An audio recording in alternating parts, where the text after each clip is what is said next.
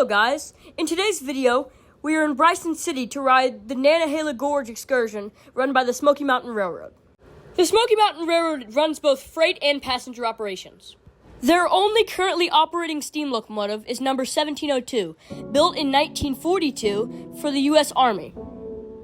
I was a bit late and did not have much time to really record the full length of the train for you, but this was a long train. I was car number 7, and there were a couple cars behind me. At the end, there were 2 locomotives for pulling us back here at the end of our journey. One of those locomotives is historic. I will show you it later on in our journey. Speaking of our journey, let me show you the map of what we are going to be doing today. Once we leave Bryson City, we will be heading west towards the city of Andrews, North Carolina. Before we make it there, we will turn back around and head east back to Bryson City. On our way back to Bryson City, we will be stopping for about an hour at the NOC. The NOC is a place where you can eat, drink, and many other things.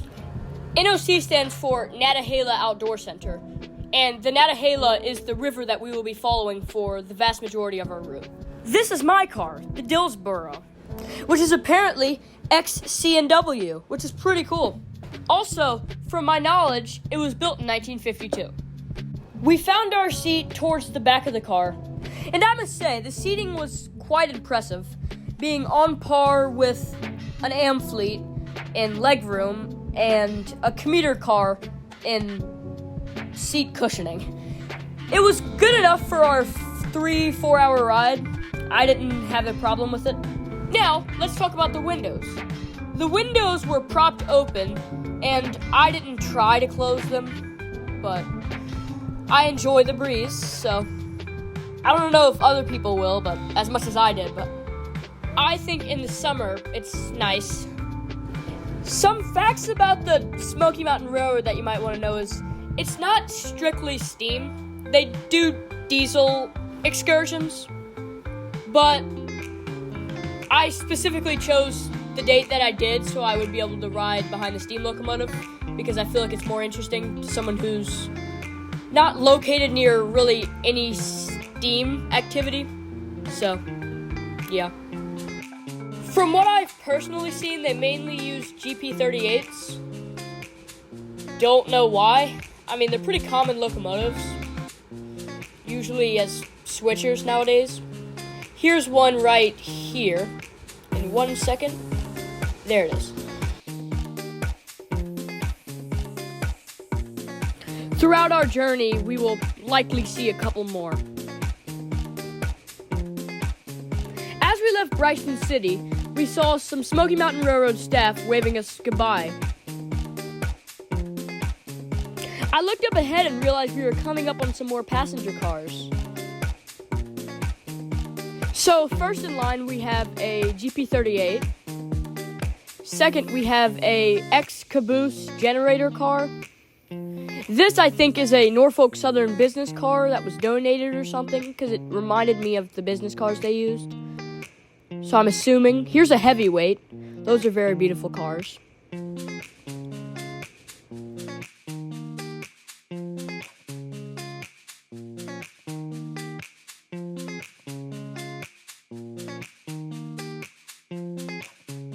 And here's a chassis system caboose. I love the chassis system, by the way. They're one of my favorite railroads. Sad they don't exist anymore. By the way, that's what the C in CSX stands for. Chassis. At the end of this little group of equipment, we have a Rio Grande caboose, which is an ex-railroad that operated in the Rockies. Here, we pull up against Alarka Creek, which feeds into Fontana Lake, which we will see later on. But anyways, we passed through lots of vines, which are surprising to me. I'm pretty sure they are an invasive species, which is pretty crazy.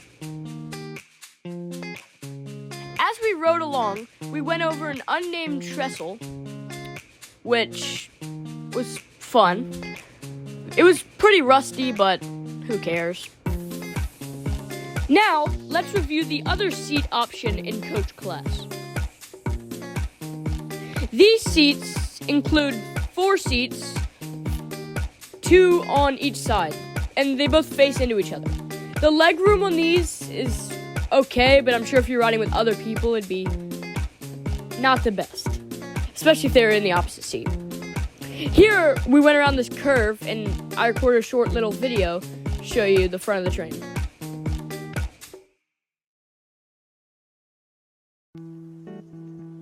Here, we can snag a quick glimpse at a ex-Amtrak baggage car. I was not prepared to see it, so my camera wasn't really on standby.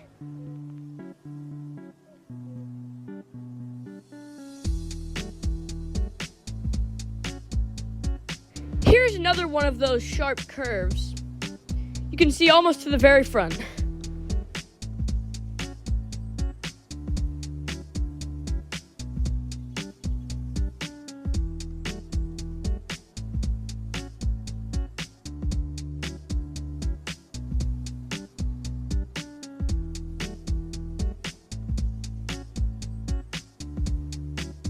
We stopped here for an unnamed reason, and I just spent the time looking at the vines.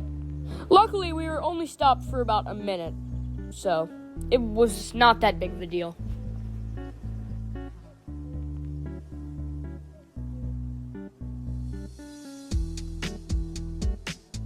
I was hungry, so I went to the concessions car, which is a ex-Amtrak car, or ex-PRR, because, you know, it served on both Amtrak and PRR.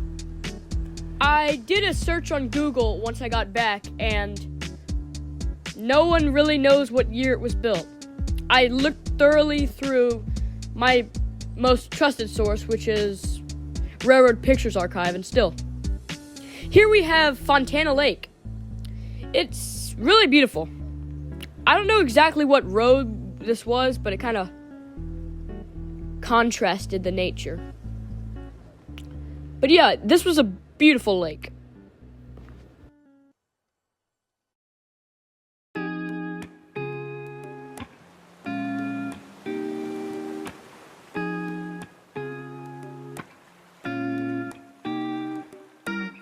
Here, I got reminded that we were being pulled by a steam locomotive. I looked far ahead and I could see the steam locomotive in all of its smoke plowing through this curve.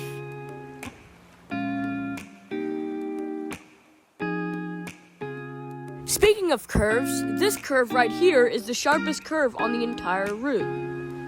It reminded me of like HO scale model trains because like the curves are always so sharp. Especially on my layout. Some people's layouts are more realistic, but yeah, that's what it reminded me of. You can see some rocks, like a small rock face on the side. Here's more of the Fontana Lake. Again, it's a very beautiful lake.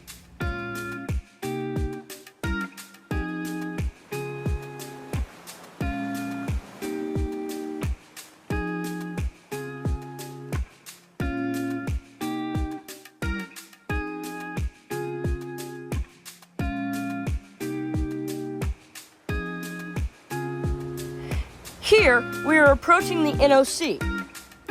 The NOC will be our layover spot on our way back to Bryson City. The NOC includes many things to do. I mean, I went rafting there the day before this video, and I had a great time.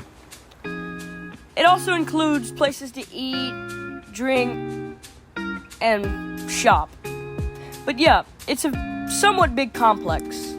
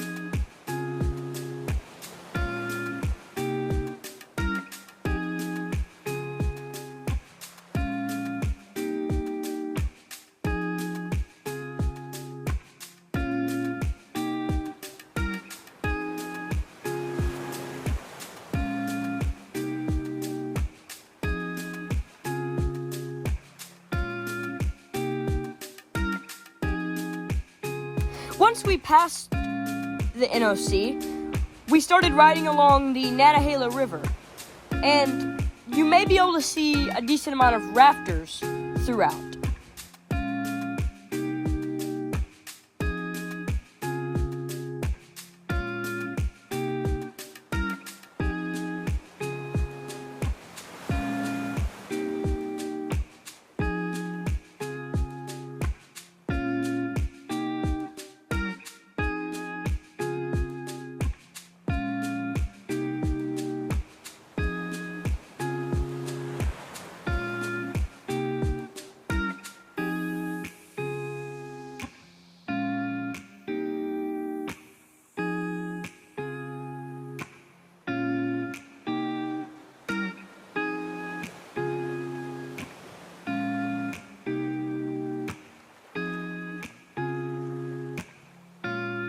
Right here we can see some rafters, small group of them. You can book this reservation to do like the rafting tour at the NOC, so if you come here and want to do that, feel free.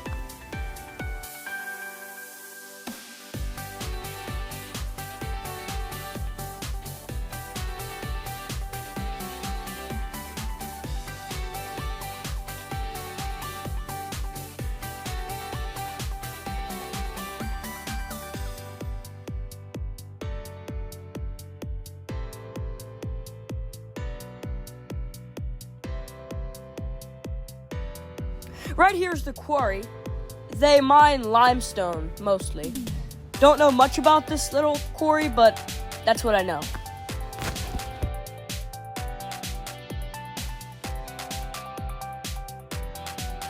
Right about here, we start to slow down, getting ready to stop. While we are stopped, we will let off some rafters, who will then ride down to the NOC.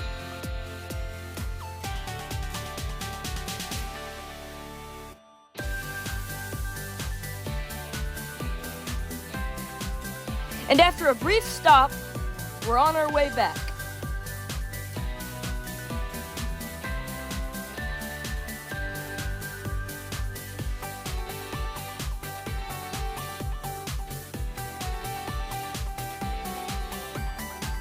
About 15 minutes later, we pulled into the NOC.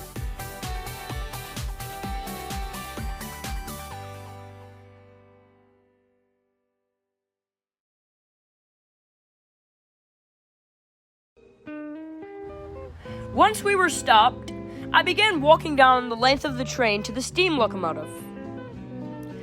This is a beautiful steam locomotive. The main drivers, right here, were taller than me, but I'm pretty short, so it's not that surprising. There were large groups of people surrounding the steam locomotive whenever I walked up to it, but I waited for them to subside. Notice how there's no ditch lights on the front of it, because a lot of mainline steam locomotives that are doing excursions usually have ditch lights, because I'm pretty sure it's mandatory in the US going over crossings. But to my surprise, there was no ditch lights, which, pretty weird.